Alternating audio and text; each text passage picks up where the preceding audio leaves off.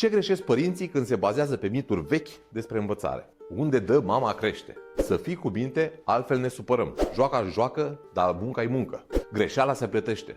Sună cunoscut? Sunt mituri vechi care și-au găsit loc în educație, dar care pot frâna evoluția copiilor. Știm azi, cu dovezi clare, că joaca este cea mai serioasă treabă a copilului. Prin joacă, un copil învață să rezolve probleme, să colaboreze, să gestioneze emoțiile și multe altele. Perfecțiunea și cumințenia nu sunt virtuți în educație. Un copil care e curios, pune întrebări, explorează, adică nu are astâmpări, este un copil care învață pe bune. Acolo unde mama dă, chiar dacă dă doar cu vorba, încolțește frica. Odată imprimată în subconștient, frica va bloca încrederea și curiozitatea, adică fix premisele pentru o învățare autentică pe tot parcursul vieții. Cel mai eficient mod de învățare este învățarea bazată pe încercare și eroare, așa că încurajarea asumării riscului de a greși e o bună premiză pentru o învățare sănătoasă. Educația adevărată înseamnă să-ți privești copilul așa cum e, un explorator curios care are nevoie de timp, ghidare și încredere. Miturile vechi e timpul să le punem în pod,